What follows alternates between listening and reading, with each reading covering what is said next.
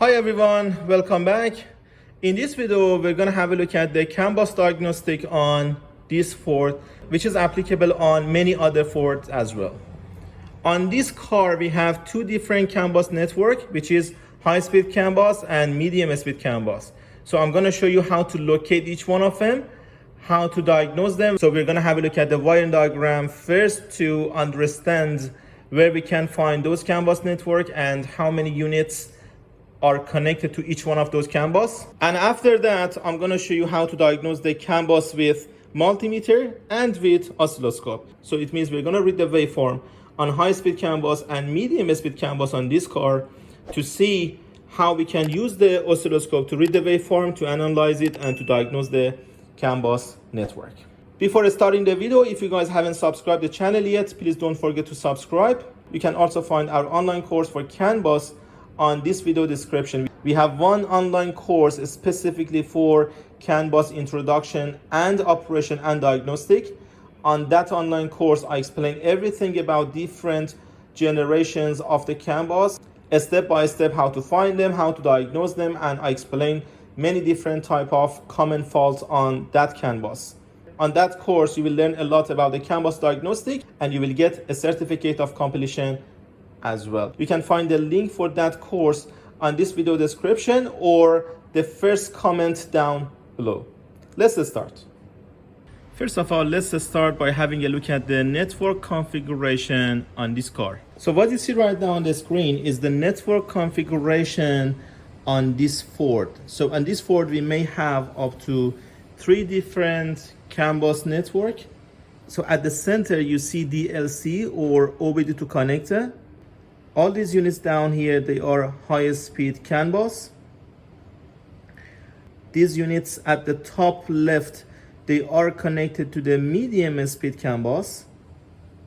And these units on the right, they are connected to the infotainment CANBUS. So what you see as HSCAN represents the high speed CANBUS. MSCAN represents medium speed CANBUS, and ICAN represent infotainment CANBUS. If you have already watched our other videos on the CANBUS, you already know why we need the CANBUS. I'm not gonna go that deep into the basic of the CANBUS right now. You can watch another video that we have for the CANBUS itself to understand why we need a CANBUS on the car. But generally and very quickly, we need a network on the car for faster communication and for minimizing the wiring. So as you see right here, many control units right here, they are communicating with the network, and CANBUS network on each one of them consists of a pair of twisted wires. That's why on each one of these networks that you see right now, we have 2 wires. I will explain these ones on the wiring diagram very shortly. So as I said, you may have up to 3 CANBUS network on this card. In this card that we are looking at today, we have medium speed and high speed CANBUS. We don't have infotainment. If you don't have the ICAN for infotainment CANBUS, the diagnostic procedure is very similar to what we're gonna explain today. So the reason that we need to do the diagnostic on the CANBUS is, for example, on the high speed CAN, all these control units are communicating with the scan tool through the CANBUS. So it means if there's anything wrong, if there's any problem on the high speed CAN, your scan tool won't be able to communicate with these control units. Or even in this case, in this car, these control units on the medium speed CAN, they communicate with the scan tool through the medium speed CAN as well. So it means if medium speed CAN is down, you won't have communication between your scan tool and these control units. So it's really important to know what unit is communicating with the scan tool through what network. If medium speed CAN is down, only these control units won't be communicating. If high-speed CAN is down, only these control units won't be communicating. And if your car has infotainment CANBUS, communication is going to be different, because even if you have the ICAN on the OBD2 connector, those control units on the infotainment system will be communicating to a scan tool through the medium speed CAN. Generally, if all those units on the bottom, if your scan tool is not communicating with those control units, it means high-speed CAN is down. If your scan tool is not communicating with all those units at the top, your medium speed CAN is down. So you need to distinguish between different cases of communication problem.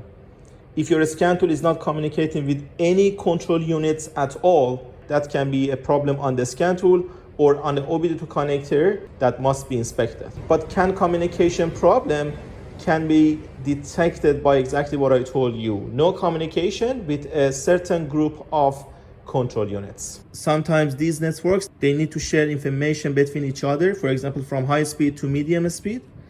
So that's why there is a control unit to play as a gateway. So we cannot connect the different networks together.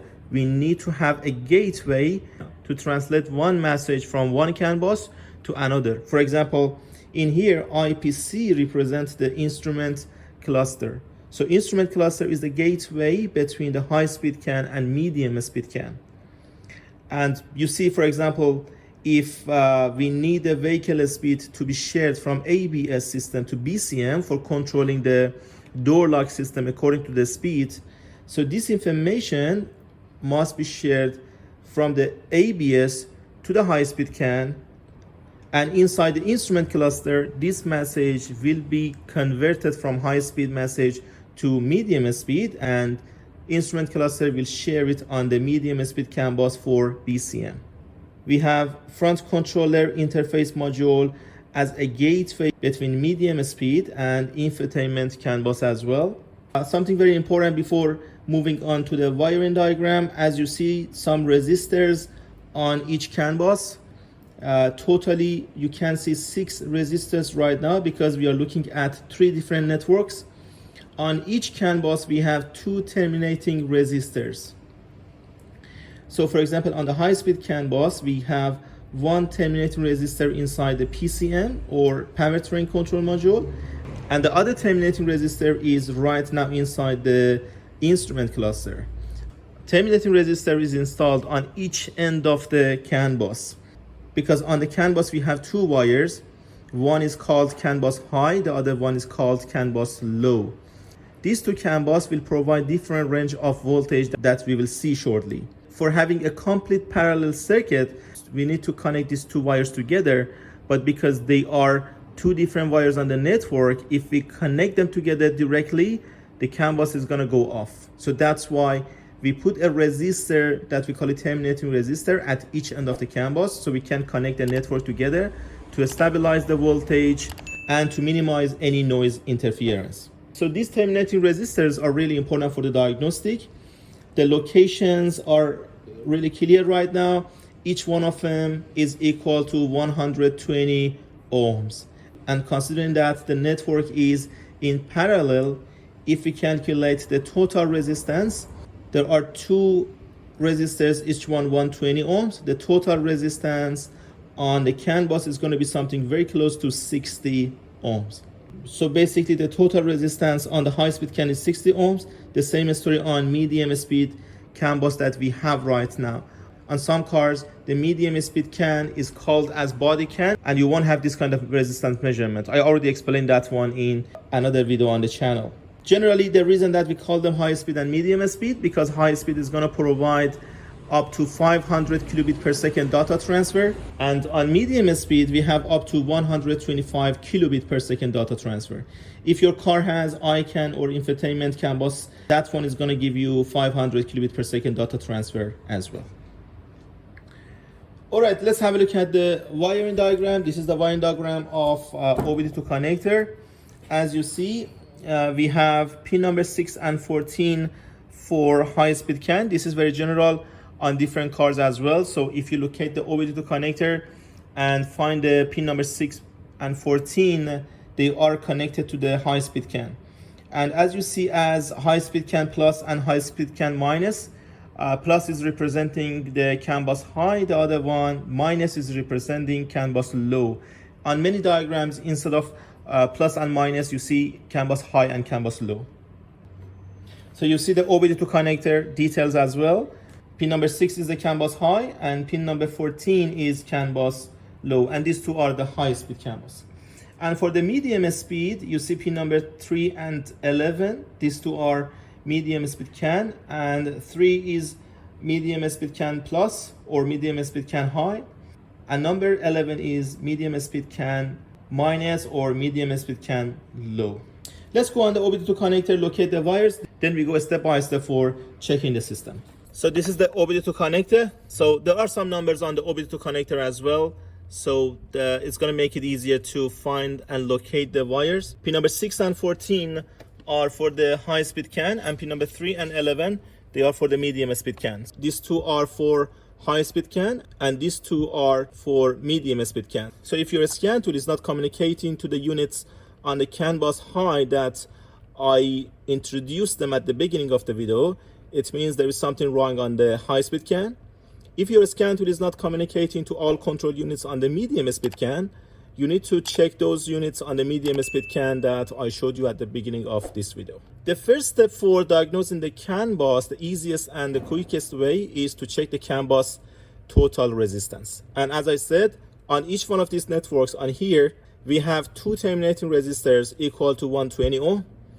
And considering the configuration of the network, which is parallel, the total resistance should be something close to 60 ohm.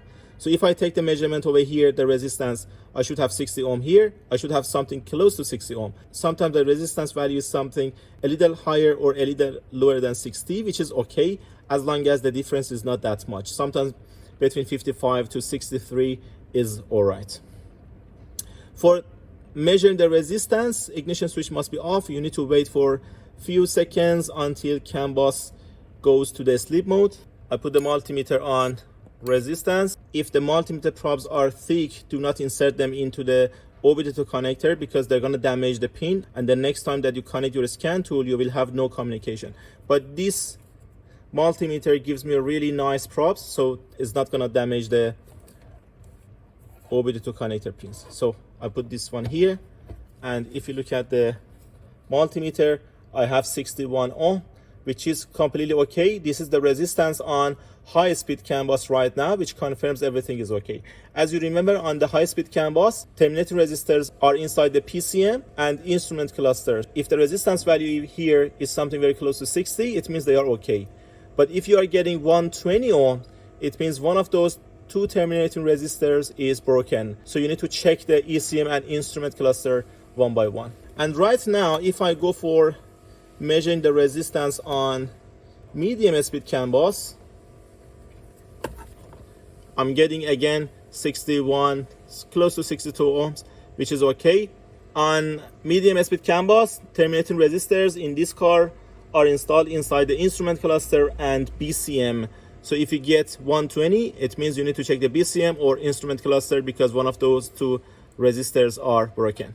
So right now that we measured the resistance, we can proceed for measuring the voltage on the CANBUS. For measuring the voltage, the best device is the oscilloscope, because on the CANBUS, voltage is going to change quickly when a message is being transferred on the CANBUS. So checking the multimeter is going to give you an average. If your multimeter is good, sometimes it's going to give you a little more, like you might be able to read the minimum and maximum voltage in that case. But many times using the multimeter, you're going to read the average voltage. But oscilloscope is going to show you the voltage change over the time, which is really easy to diagnose. We're going to use the oscilloscope in this video too. If we consider the standard voltage range on CANBUS, as you see on the screen, on the CANBUS high, voltage is going to change from 2.5 to 3.5 when CANBUS is working. And on the CANBUS low, voltage is going to change between 2.5 to 1.5. It means 2.5 is the base voltage. On the CANBUS high, we have increasing voltage from 2.5 to 3.5. And on the CANBUS low, we have decreasing voltage from 2.5 to 1.5. This is kind of voltage that we are expecting. But let's see what we can get right now if we check the voltage with multimeter. Just make sure that the ignition switch is on to wake up the CANBUS. I put the multimeter on the voltage, red probe on the CANBUS high, on the high speed CAN, and black one on a good ground. And look at the voltage right now.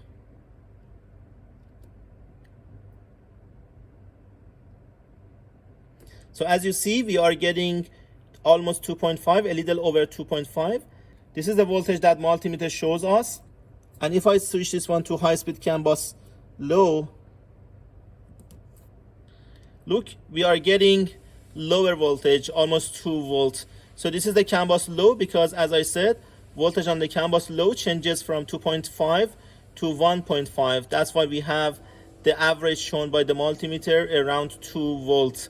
But if you read it with the oscilloscope, you're gonna get a better value. And right now, if I go for the medium speed CAN, so these two, as you remember, these two are for the medium speed CAN. This is the medium speed CAN plus or medium speed CAN high. So look at the voltage. So we are getting 2.5, very close to the first one, 2.5, 2.6, because the voltage here is going to change between 2.5 to 3.5. So we have a little higher than 2.5 on the medium speed CAN high. And if I go for the CANBUS low or medium speed CAN minus,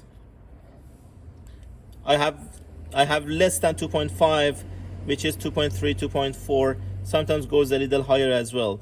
But you need to remember that this voltage keeps changing very quickly. So it means when a message is being transferred on the CANBUS, this voltage is changing very quickly. That's why you have this kind of fluctuation on the CANBUS voltage. But as long as voltage range is okay, it means CANBUS is working. Of course, for making sure if the CANBUS is okay or not, you can cross it for checking it with the oscilloscope. But if you check the voltage, you are getting something way off. For example, if you are getting the voltage range at 0 or at 12, it means maybe that CANBUS is shorted to the ground or shorted to a power circuit. That's actually going to show if the CANBUS is broken. Let's go ahead for setting up the oscilloscope and checking the CANBUS with oscilloscope. So this is the oscilloscope that I'm going to use today. This is the oscilloscope device itself, and I'm using the scan tool as a display. On this oscilloscope, I can go up to 4 channels, but I'm using channel 1 and channel 2 because I'm going to read the waveform of the CANBUS on CANBUS high and CANBUS low. I'm going to put the CANBUS high on channel 1, and right now we are focusing on the high speed CAN. Then we go for the medium speed CAN. Here I have the connection to the oscilloscope. On each end of these cables, I have these 2 ends. So this is going to go on the good ground, and this is going to go on a probe that I have inserted on the OBD2 connector on the high speed CAN. I put this one on the high speed CAN plus and this one on the high speed CAN minus, or high speed CAN high speed CAN low. So you see that we are getting the waveform. Let's see how I connected the oscilloscope on the OBD2 connector, then we will get back here again. I have inserted the test probes on the high speed CAN plus and high speed CAN minus. I have provided the ground as well. Just remember that the ignition switch must be on to wake up the CANBUS. So right now I have 2 channels. This one is channel 1, the yellow waveform is a channel 1. This one is channel 2, which is this blue waveform. So I need to do some adjustments right now to make the waveform much better. I'm gonna make the waveform taller from here. If I press this one, as you see, waveform is taller. If I bring it a little down, this one up.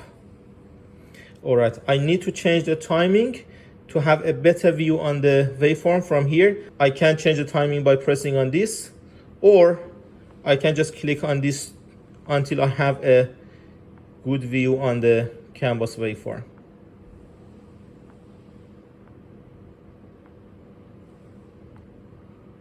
All right, so this is the CANBUS waveform, and if I stop the waveform, so you see that's right now.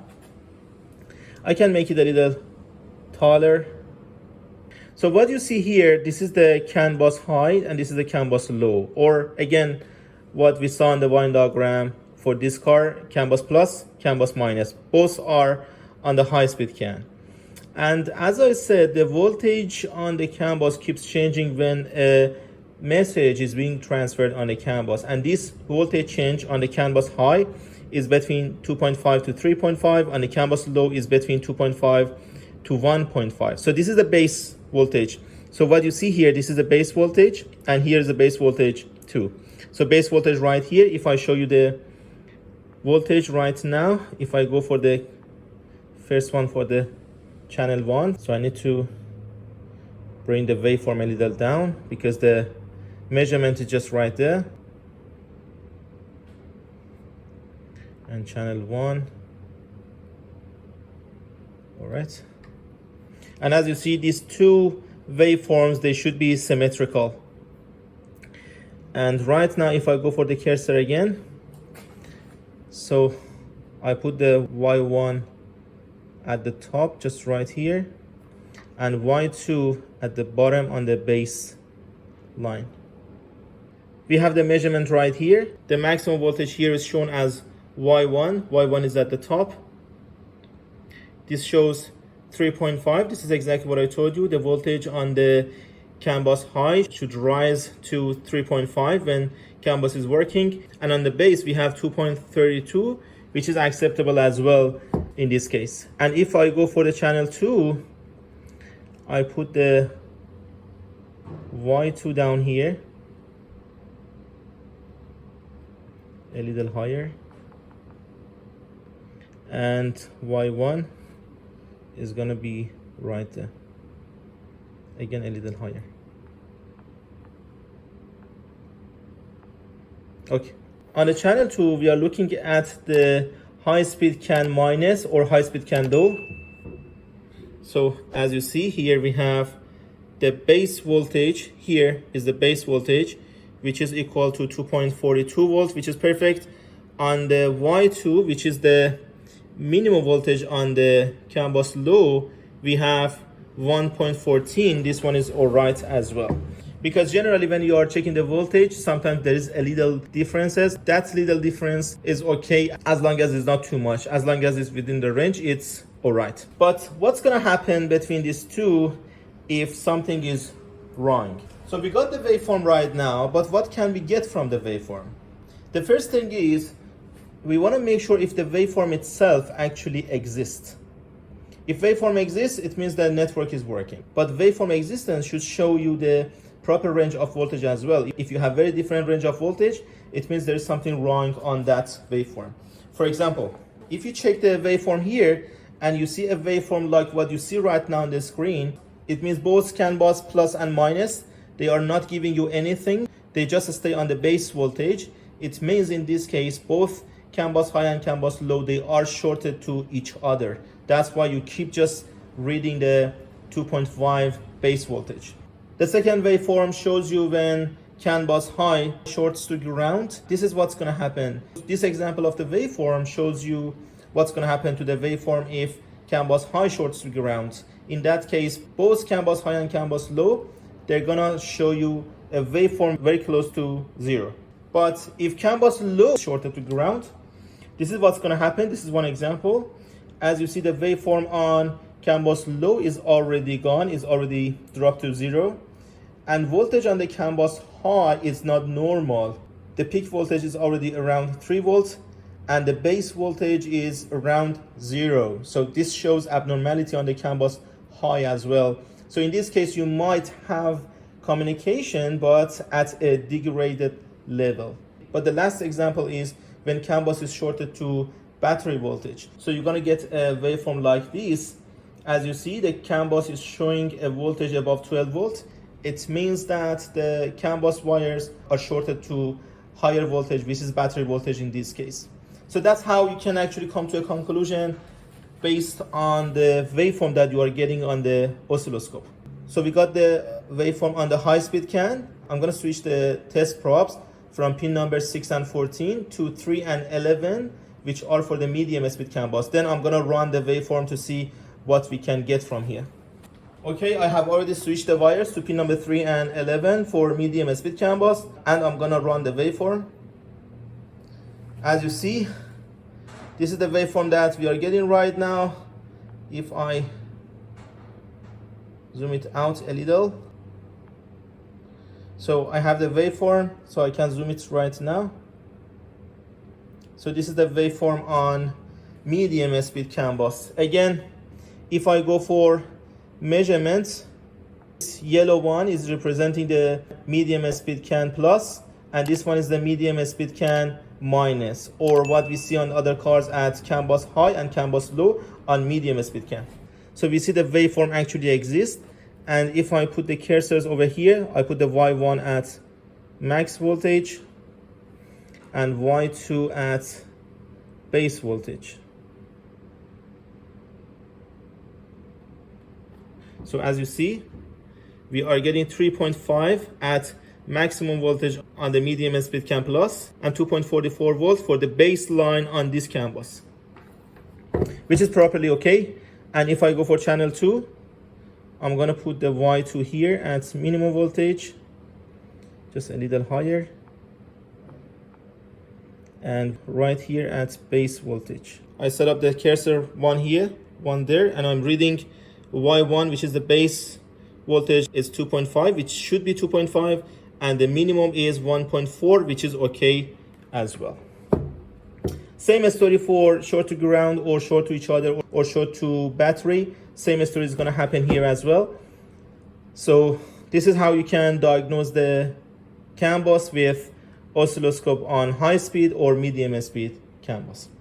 So thank you very much guys for watching. Please don't forget to check the video description for other videos that we have on the CANBUS. I hope you guys enjoyed the video, and thank you very much for your attention.